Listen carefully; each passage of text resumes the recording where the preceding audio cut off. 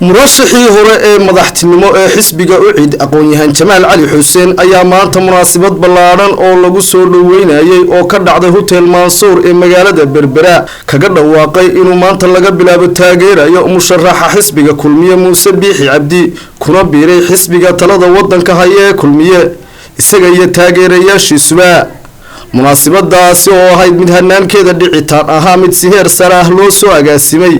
ayaa waxa ka soo qayb galay taageerayaasha garabka Jamaal Cali Xuseen maamulka heer gobol iyo heer degme ee gobolka Saaxil Cuqaal haween dhalinyaro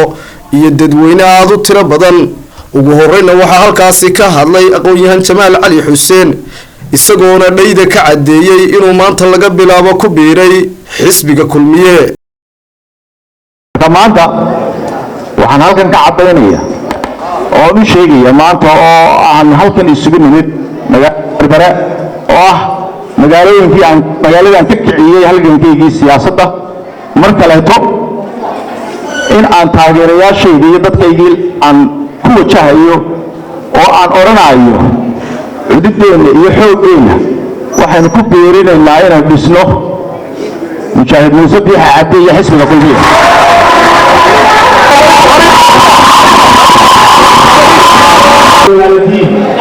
السياسة سكنارتا أما أخبار سكنارتا هذه كل ما يدرو أو وضع حقابي كذا أو كوكرتو إن إسمو وقشت كوكيستي إن العفريت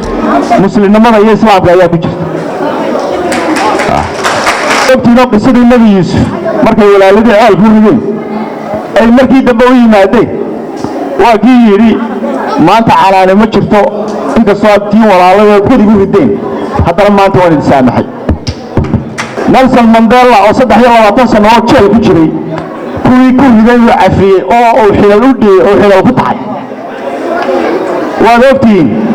سياسة الصومالي الآن العلاضة قبوسية الرعيد سيدا علاضة لما يجينا حتى لما كده ما قبوسي الرأيو تاجر سليمان iyo madaxweyne Siilaayaba iskaga xumeeyay jireen haddana markii dambe Saleemaan waa kii garaadig lagu heshiisiyay ee uu ku dhisay Muuse geesta kale waxa ku soo dhaweeyay gudoomiyaha xisbiga kulmiye ee gobolka Saaxil Halac Dhagoole goobtaasi oo ku hadlaya afka gudoomiyaha xisbiga kulmiye aanan sharax madaxweynaha Muuse Biixi Cabdi waxaan leeyahay maanta waxaan ugu soo biiray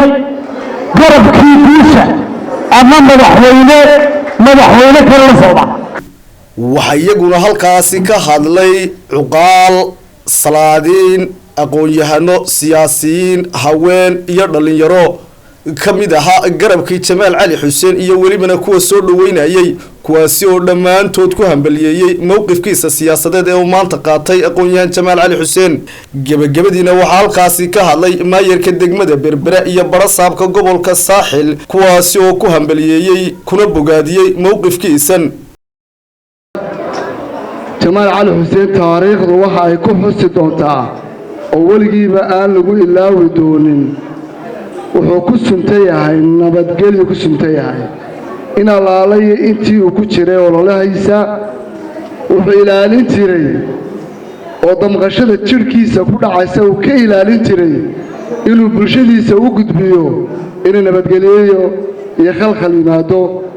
iyadoo xaaladda siyaasaddu ay dhib badan tahay oo runtii aad aan jeclaysaa anigu